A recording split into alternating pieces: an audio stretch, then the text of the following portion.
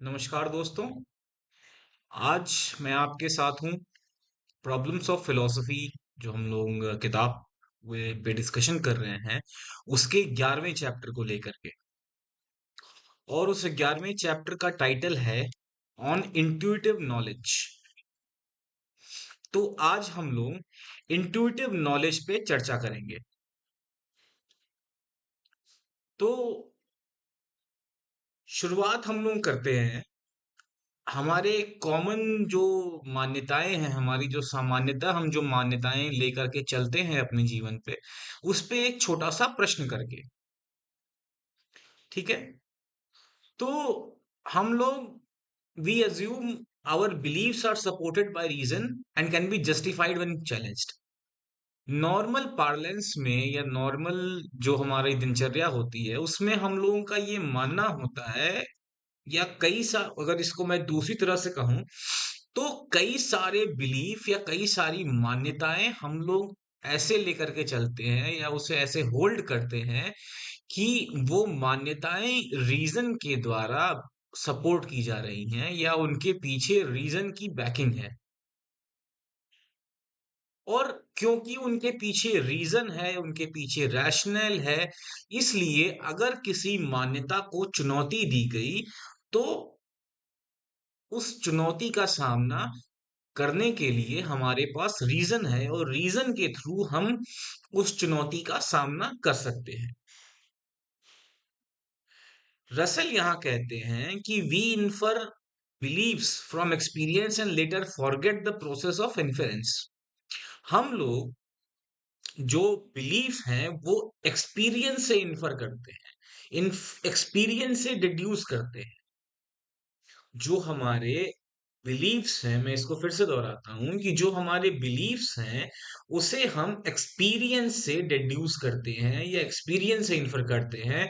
और बाद के समय में जब हम उसे रिकॉल करते हैं तो हम लोग इन्फेरेंस की जो पूरी प्रक्रिया जो हमने लगाई थी, उस प्रक्रिया को भूल जाते हैं और सिर्फ उस बिलीफ को याद रखते हैं।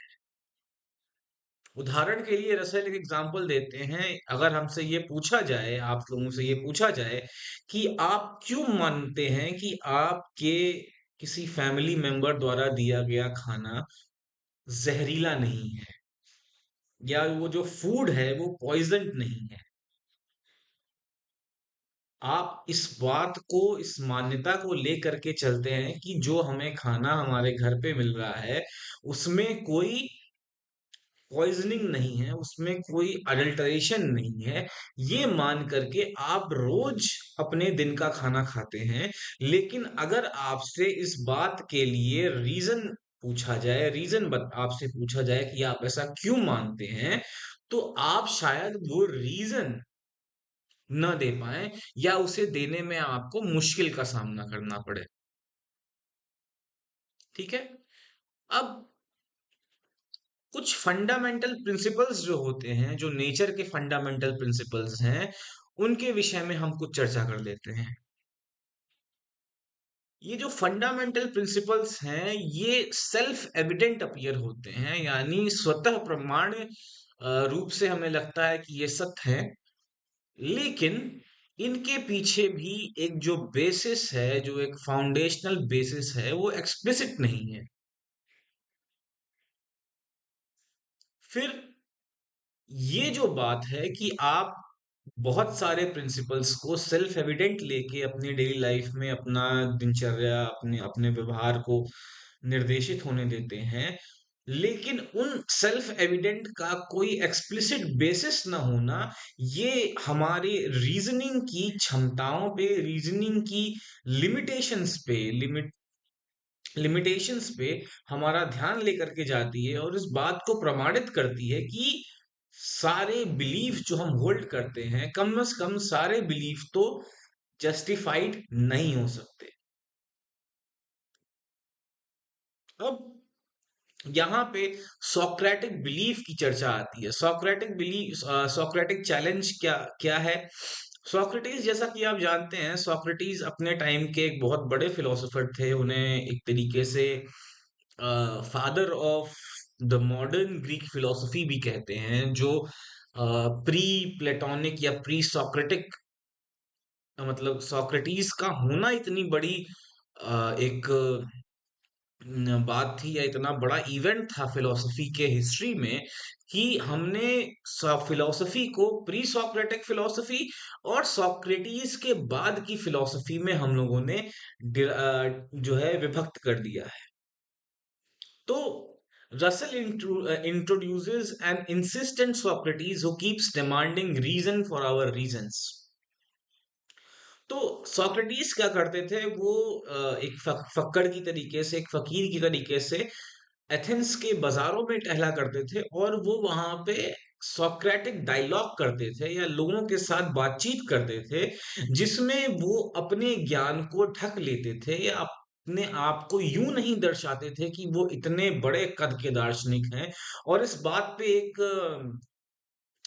एविडेंस भी आता है, या एक चर्चा भी आती है सोक्रेटिस के जीवन से, कि सोक्रेटिस देवी के मंदिर में जो वहाँ की ऑरेकल होती थी, जो है वहाँ पे, जो कि फ्यूचर वगैरह प्रिडिक्ट करती थी, तो डेल्फी के मंदिर में वो गए और वहाँ पे उन्होंने देवी से ज्ञान के बारे में उन्होंने वरदान मांगा, जो है। तो अंततः उस कहानी का जो मूल है वो ये है कि सोक्रेटिस क्योंकि ये कह पाते हैं कि मुझे सब कुछ नहीं पता, इसलिए वो यूनान के सबसे विद्वान व्यक्ति हैं।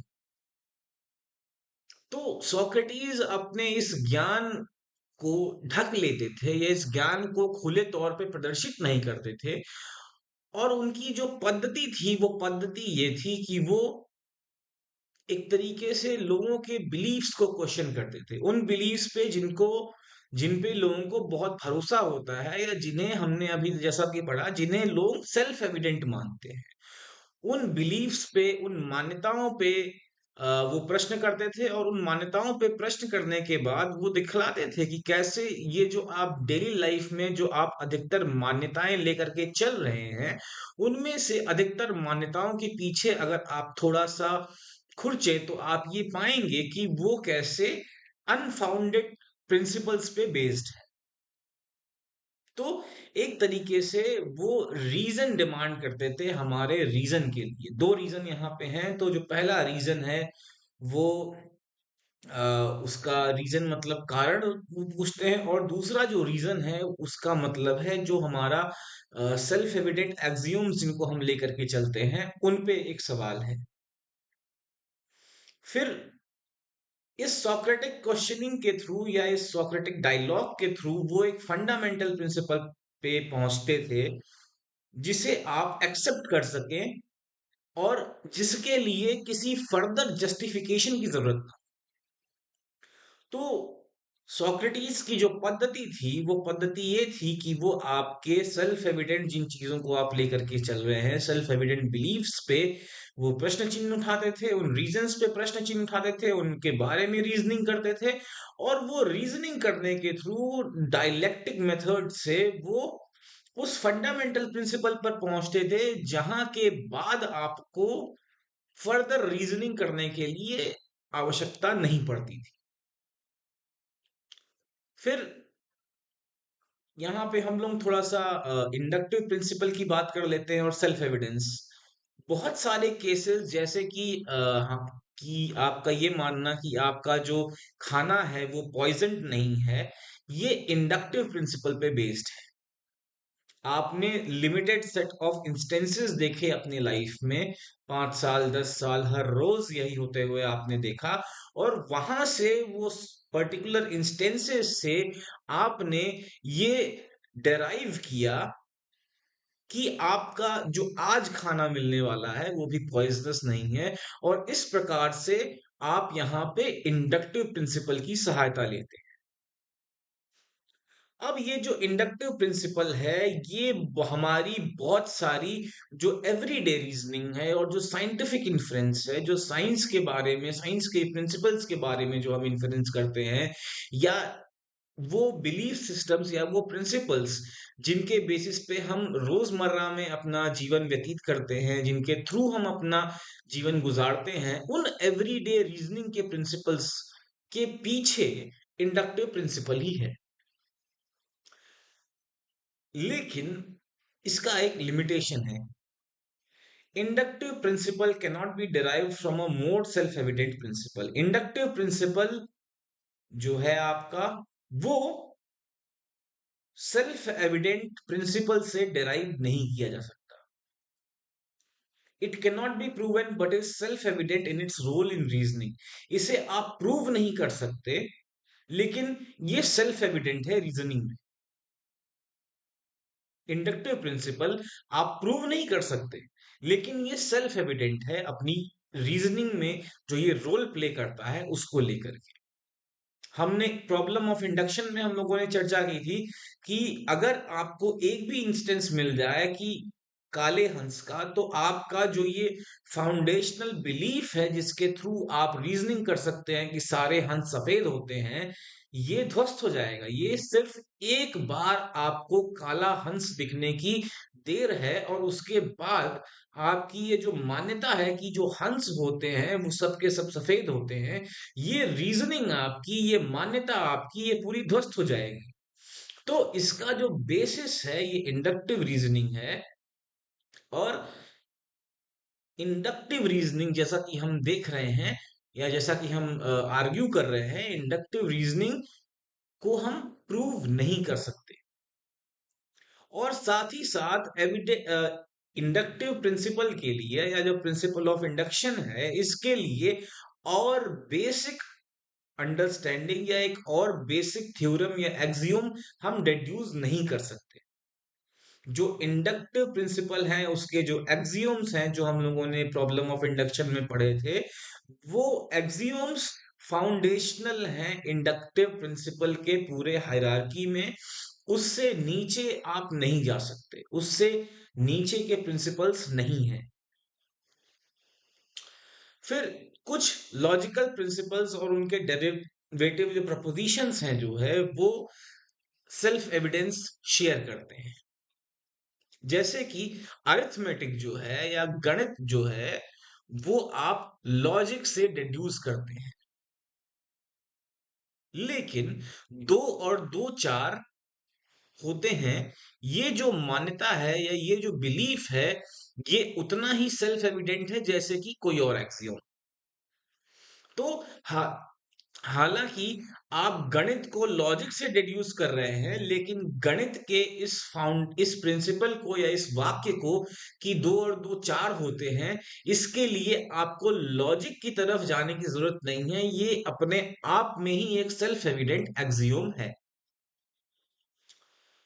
फिर पर्टिकुलर और जनरल प्रिंसिपल्स पे आते हैं। Particular cases are often easier to recognise as self evident than abstract general principle. Particular cases जो होते हैं, कोई किसी भी इंस्टेंस के जो पर्टिकुलर एग्जांपल्स होते हैं, किसी भी फिनोमेना के जो पर्टिकुलर केसेस होते हैं, उन्हें समझना या उन्हें रिकॉग्नाइज करना वो ज्यादा आसान है, वो ज्यादा सेल्फ एविडेंट है rather than general principle deduce करना।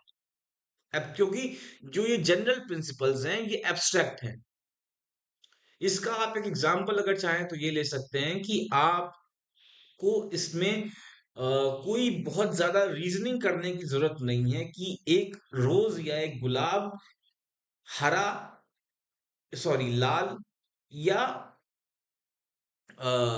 बिना लाल नहीं हो सकता।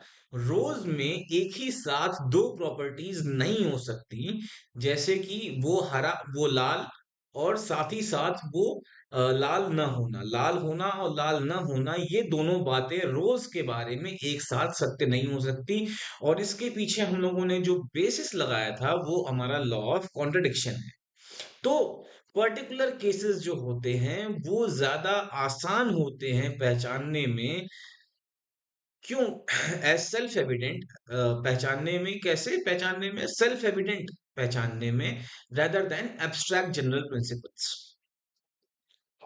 फिर अब ये इंस्टेंसेस का या ये पर्टिकुलर इंस्टेंसेस का रोल क्या है हमारी अंडरस्टैंडिंग में?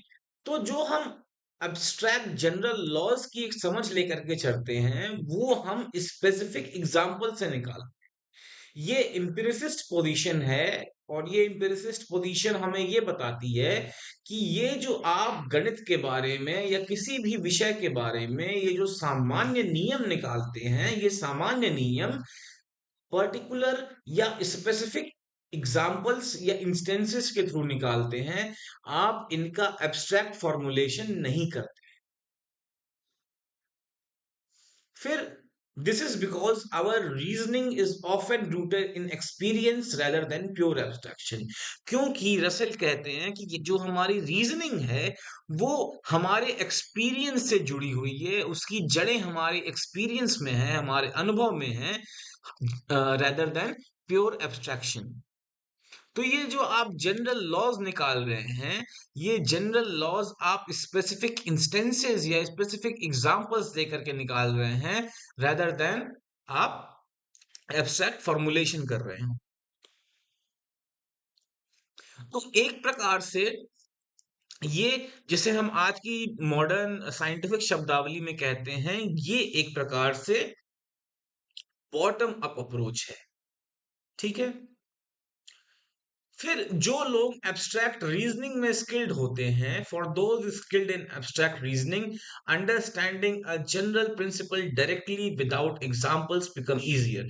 जो लोग एब्स्ट्रैक्ट रीजनिंग में बेहतर होते हैं, उनके लिए सामान्य नियम को डायरेक्ट जान पाना ये आसान हो जाता है, क्योंकि उनकी एक प्रकार से ट्रेनिंग होती है अमूर्त प्रत्ययों में सोचने की। तो जो इस प्रकार की रीजनिंग में अपने आप को बेहतर पाते हैं, वो ये भी पाएंगे कि वो जनरल प्रिंसिपल्स को ज्यादा बेहतर तरीके से या ज्यादा आसान तरीके से समझ पाए। फिर लॉजिक और फिलॉसफी की जो ट्रेनिंग है पूरी की पूरी, वो इसी समझ को, इसी डायरेक्ट कॉम्प्रिहेंशन को सेल्फ एविडेंट ट्रुथ्स के आसान बनाती है। यानी कि लॉजिक और फिलॉसफी आपको एब्स्ट्रैक्ट रीजनिंग में बेहतर करती है, आपको एक एब्स्ट्रैक्ट रीजनिंग की समझ देती है, और उस समझ के थ्रू आप सेल्फ एविडेंट जो ट्रुथ हैं, जो स्वतः सिद्ध सत्य हैं, उनके बारे में आप डायरेक्ट तौर पे आप जान पाते हैं। फिर क्या टाइप्स हो सकते हैं सेल्फ एविडेंट ट्रुथ्स के? In addition to general principles there exist self evident truths of perception. General principles के अलावा आपके प्रत्यक्ष द्वारा दिए गए जो ट्रुथ हैं, वो भी सेल्फ एविडेंट होते हैं। और ये जो जजमेंट है बेस्ड ऑन परसेप्शन होते हैं, ये आपके प्रत्यक्ष पे बेस्ड होते हैं, सेंस डेटा पे नहीं। ठीक है। अब सेंस डेटा और ट्रुथ में फिर क्या फर्क होगा? Sense data itself is neither true और फॉल्स। जो इंद्रिया अनुभव से आपको डाटा मिल रहा है, जो इंफॉर्मेशन मिल रही है, वो इंफॉर्मेशन अपने आप में न सत्य है न असत्य है, neither true nor false. Truth applies to judgement about perception, not to the raw sensory experiences. जो सत्य है वो, जो आप जजमेंट देते हैं किसी अपने परसेप्शन के बारे में, उनके बारे में होती है। जो ट्रुथ होता है वो परसेप्शन के बारे में होता है। जब आपको, और परसेप्शन जो होता है वो इंद्रिय सन्निकर्ष के बाद जो ज्ञान आपको जन्य होता है, या उसके बाद जो आप उस पे अपनी कैटेगरीज को आरोपित करते हैं, या जो कुछ भी आप करते हैं परसेप्चुअल प्रोसेस के थ्रू, तो ये जो ट्रुथ है ये आपके उन जजमेंट्स के बारे में है जो कि परसेप्शन को लेकर के हैं। और ये जो ट्रुथ है ये सेंसरी एक्सपीरियंस के ऊपर नहीं है। ट्रुथ के बारे में जब आप बात करते हैं तो ट्रुथ रॉ सेंसरी एक्सपीरियंस के बारे में नहीं होता है, क्योंकि वो लगभग सब लोगों को, अगर वो सही अपने मानसिक अवस्था में है, तो लगभग वो सब लोगों के लिए ही होगा। या अगर कोई मान लीजिए अंधा है तो उसे लाइट नहीं दिखती है, तो उसके लिए डिफरेंट होगा। लेकिन ये जो ट्रुथ की जो अवधारणा है, या जो सत्य की अवधारणा है, वो आपके सेंसरी एक्सपीरियंस पे नहीं, आपके जो जजमेंट्स आप देते हैं परसेप्शन के बारे में, उसको लेकर के। अब रसेल का मानना है कि ये जो सेल्फ एविडेंट ट्रुथ है परसेप्शन को लेकर के, ये हमारे सेंसेस से आती हैं, लेकिन ये सेंस डेटा से आइडेंटिकल नहीं होती है। मैं अब फिर से अपनी बात दोहराता हूँ। सेल्फ एविडेंट ट्रुथ जो होते हैं या जो स्वतः सिद्ध सत्य होते हैं परसेप्शन के द्वारा जो आपको मिलते हैं, प्रत्यक्ष के द्वारा जो आपको मिलते हैं, हालांकि वो हमारे सेंसेस या इंद्रियों से आते हैं, लेकिन वो सेंस डेटा से आइडेंटिकल नहीं होते। अब ये जो डिस्टिंक्शन है, ये इस बात को समझने के लिए जरूरी है कि जो परसेप्शन है, understanding perception without conflating it with truth statements, ये जो डिस्टिंक्शन है ये आपको परसेप्शन की एक समझ बनाने में आपकी मदद करती है, बिना उसे ट्रुथ माने हुए। कि आप परसेप्शन को ही ट्रुथ मान लें या आपको जो दिखाई दे रहा है आप उसे ही सत्य मान लें, उससे भिन्न सत्य आपको देने के बारे में ये मदद करता है। फिर कुछ और प्रकार के self evident truths for perception and memory. Existential judgement simply assert the existence of a sense datum without analyzing it।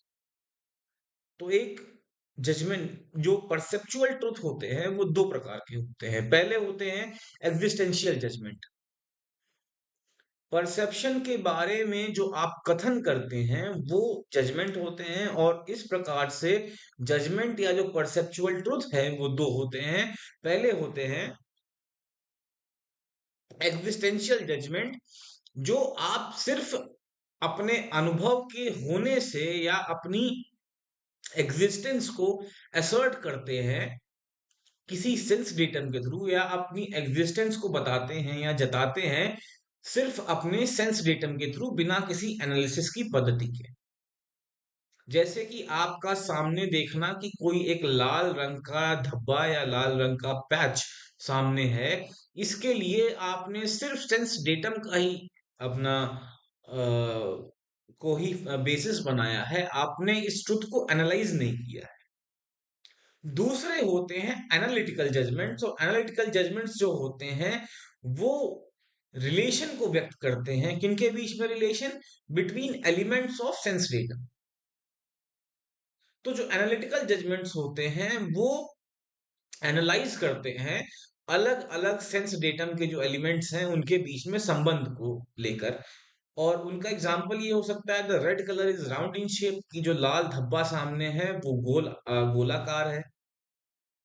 तो यहाँ पे आप अपने सेंस डेटम में आप पृथकत्व स्थापित कर रहे हैं, आप एक डिस्टिंक्शन स्थापित कर रहे हैं। किसके बीच में डिस्टिंक्शन? कलर और शेप के बीच में, लाल रंग और गोलाकार। तो ये एनालिटिकल जजमेंट हो गया। तो जजमेंट्स हमने देखा या परसेप्चुअल ट्रुथ जो हमने देखे वो दो प्रकार के हैं। पहला है आपका एग्जिस्टेंशियल जजमेंट और दूसरा है आपका एनालिटिकल जजमेंट। फिर कुछ सेल्फ एविडेंट इंट्यूटिव जजमेंट्स जो होती हैं वो आपके मेमोरी से भी आती हैं, ठीक है। और मेमोरी जो होती है, मेमोरी हमेशा कंपैरिजन या दो चीजों को साथ में लेकर के उनके बीच कंपैरिजन या कंपेयर करना, या उनके बीच में उनको उनको कंपेयर करने से आप जो है मेमोरी का आप इस्तेमाल करते हैं। Memory of an object often appears as an image in the mind. किसी भी वस्तु के बारे में जब आप मेमोरी को रिकॉल करते हैं तो वो इमेज की तरीके से, वो एक चित्र के तरीके से आपके दिमाग में आती है। वो चित्र आपके दिमाग के बाहर उसकी सत्ता नहीं है, लेकिन वो दिमाग में उसकी एक सत्ता है, और वो मेमोरी जो है वो एक इमेज के तरीके से है आपके माइंड के सामने। फिर इस इमेज को हम कंपेयर करते हैं एक्चुअल ऑब्जेक्ट से। जो इमेज आपने रिकॉल की, मान लीजिए आपने सेब की एक इमेज रिकॉल की, आप उसे ओरिजिनल सेब जो आपने देखा था उसके साथ कंपेयर करते हैं, और ये देखते हैं कि आपके दिमाग में जो इमेज आई और आपके जो सामने जो इमेज है उनमें डिफरेंसेस हैं कि क्या कि नहीं है, इन चीजों को आप समझते हैं। फिर the ability to compare suggest that object itself is before the mind forming the essence of memory. ये जो आपकी कंपैरिजन की जो क्षमता है, या ये जो आप दो चीजों को कंपेयर कर पा रहे हैं, दो चीजों के बीच में आप भेद को समझ पा रहे हैं या सिमिलैरिटी को समझ पा रहे हैं, ये सजेस्ट करता है कि ऑब्जेक्ट वो आपके माइंड के सामने में प्रेजेंट है, और ये एक तरीके से मेमोरी का एसेंस है। हालांकि आपके इंद्रियों के सामने वो ऑब्जेक्ट नहीं पेश है, लेकिन आपके माइंड के सामने में, आपके अंतर मनस में, अंतर चेतना में वो ऑब्जेक्ट है, और यही एक प्रकार से मेमोरी का एसेंस है। फिर मेमोरी जो है वो पास्ट के बारे में ज्ञान को उद्धृत करती है। बिना मेमोरी के historical knowledge and personal continuity will be impossible. अगर आप मेमोरी को हटा दें तो ऐतिहासिक ज्ञान और अपनी आपकी जो एक चेतना है, जो एक चेतना की निरंतरता है, या जो आप स्वयं के बारे में सोच रहे हैं, उसमें जो एक निरंतरता है, वो निरंतरता और वो ऐतिहासिक ज्ञान जो है वो इम्पॉसिबल हो जाएगा। लेकिन मेमोरी जो है वो नटोरियसली फॉलिशियस है। जो मेमोरी है वो नटोरियसली फॉलेशियस है, क्योंकि ये इंट्यूटिव जजमेंट्स के बारे में एक प्रकार का स्केप्टिसिज्म लेकर के आती है। जरूरी नहीं कि जो आप मेमोरी में कंपेयर कर रहे हो एक्चुअल ऑब्जेक्ट जिसको जिसकी वो इमेज है उसके बराबर हो, या उससे उसकी तरीके से ही हो, या उसका एग्जैक्ट रिप्रेजेंटेशन हो। ऐसा नहीं हो सकता। कई बार ऐसा नहीं होता। कई बार जो जज वगैरह होते हैं वो क्या करते हैं, वो 10 नैरेटिव लेकर के चलते हैं, एक ही इवेंट के 10 नैरेटिव 10 लोग बताते हैं, और उसमें से जो कॉमन ग्राउंड है वो डिड्यूस करते हैं जजेस।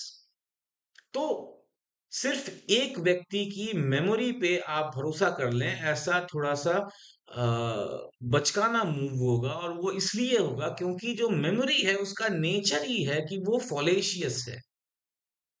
और इस प्रकार से मेमोरीज को लेकर के जो आप इंट्यूटिव जजमेंट्स करते हैं, वो सत्य हो इसकी कोई गारंटी नहीं है।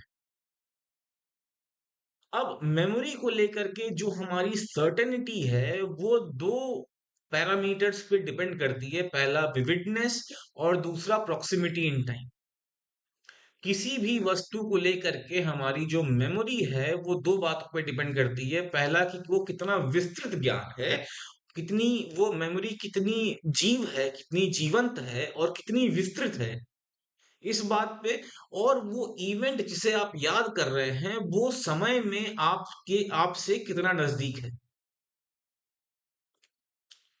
फिर जो हालिया एक्सपीरियंसेस होते हैं या हालिया अनुभव होते हैं, वो और उन अनुभवों की जो विस्तृत एक तरीके से जो इमेज बनती है, ये मार्कर है उनके ट्रस्ट वर्दीनेस का।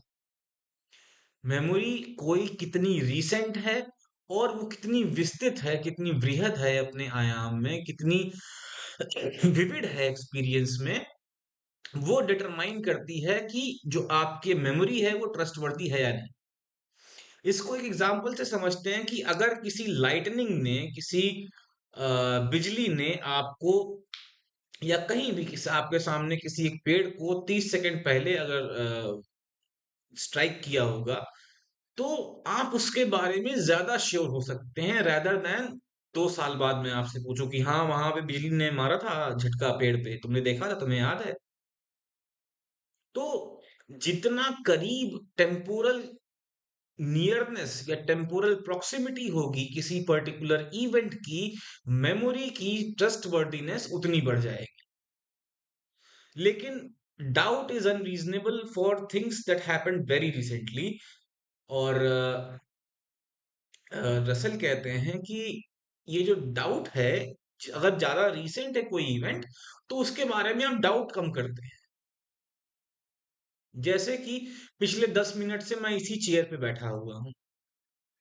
अब इसमें मुझे डाउट नहीं करना पड़ेगा, क्योंकि टेम्पोरल कंटिन्यूटी जो है या जो टेम्पोरल प्रॉक्सिमिटी है वो ज्यादा है। इसलिए मुझे ये डाउट नहीं करना पड़ेगा कि ये वही टेबल है या ये वही चेयर है जिस पे मैं बैठा हूँ। फिर मेमोरी में भी ग्रेडेशन होती है, और रसेल कहते हैं कि some memories feel more certain than others. जो मेमोरी होती है, कुछ प्रकार की मेमोरी वो ज्यादा सर्टेन फील करती है या ज्यादा सेल्फ एविडेंट फील करती है रेदर देन अदर्स। जैसे कि आप अ, अगर आपसे ये पूछा जाए कि आपने ब्रेकफास्ट में क्या खाया, तो आप क्लियरली याद कर पाएंगे। लेकिन आपसे अगर ये पूछा जाए कि क्या कोई टुकड़ा गिरा था खाने से आपके खाते वक्त, तो शायद आप उसे ना याद कर पाए हों। किसी सामने जो आपके साथ बैठा हुआ हो, उसने विटनेस किया हो, लेकिन ये छोटी डिटेल आप नहीं याद कर पाएंगे। फिर ये जो ग्रेडेशन की जो या ये जो लेवल वार या जो अलग अलग लेवल्स पे या अलग अलग जो ग्रेड्स हैं, या ये जो ग्रेड्स की जो अवधारणा है कि जो मेमोरी होती है उनकी भी सेल्फ एविडेंस या रीजनेबलनेस या उन पे जो सर्टेनिटी है वो ग्रेड्स में आती है। लेवल 1, लेवल 2, लेवल 3 ऐसे जो ग्रेड्स में है, ये इस बात से अलाइन करती है कि इस एग्जाम्पल से अलाइन करती है कि आपका एक्सपीरियंस कितना विविड था और एक्सपीरियंस कितने टेम्पोरल प्रॉक्सिमिटी में है, कितना रीसेंट है। अब प्रॉब्लम भी होती है मेमोरी को लेकर के। कुछ याददाश्त हमें ज्यादा सर्टेन मालूम पड़ती है कि कुछ याददाश्त मतलब ऐसी होती हैं जिनके बारे में आपको लगता है कि मेरी तो ये जो इस बात को लेकर के जो मेरी याददाश्त है वो 100% सत्य है। लेकिन जब उसे वेरीफाई किया जाता है तो कई बार ऐसा होता है कि ऑब्जेक्टिवली वो फॉल्स होती है।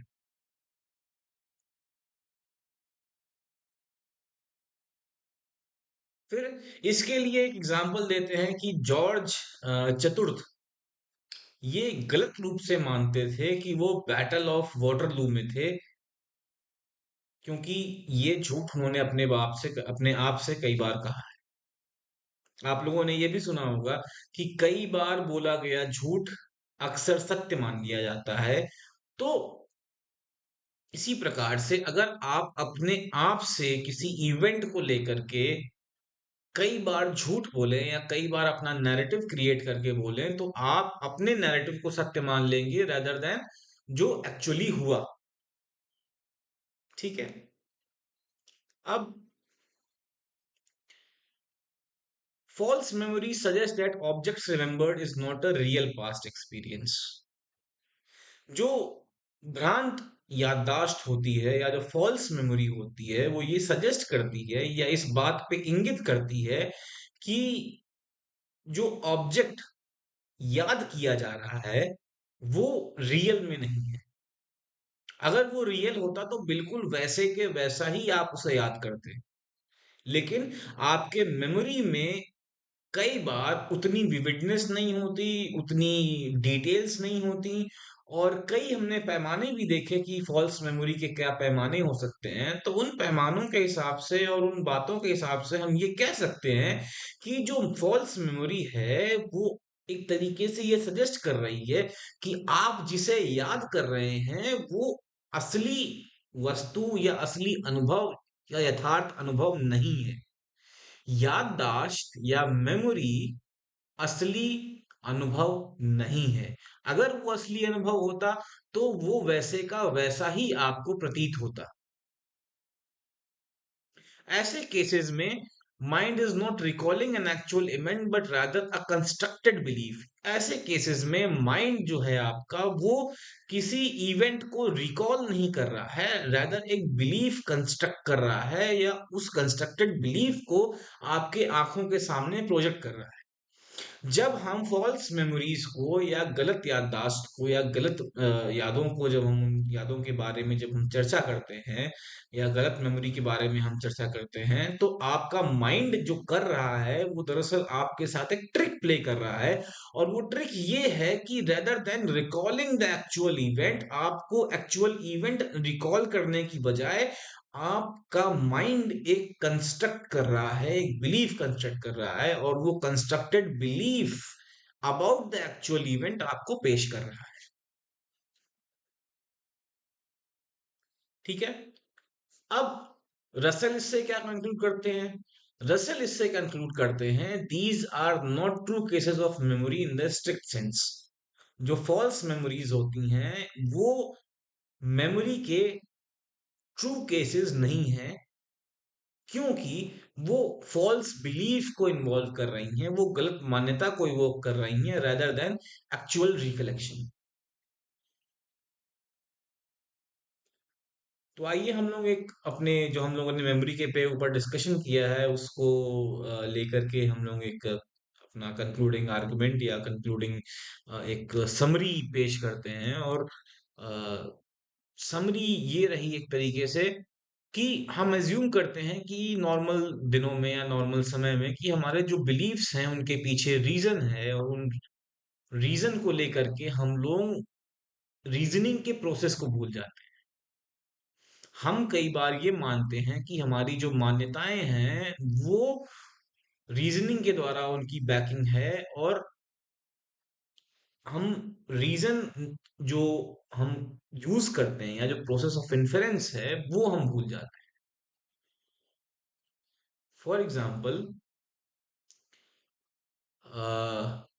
चाय मीठी है। अगर कोई आपसे पूछता है, आपको चाय देता है और आपसे पूछता है चाय मीठी है, तो अगर आप ये कहते हैं कि हाँ चाय मीठी है, तो इस वाक्य को कहने में कि चाय मीठी है आप ये इन्फर करना भूल जाते हैं, या आप इन्फर नहीं करते हैं, ये बहुत अनकॉन्शियस लेवल पे आपके अंदर होता है कि सामने वाले ने चाय में चीनी डाली होगी तभी ये मीठी है।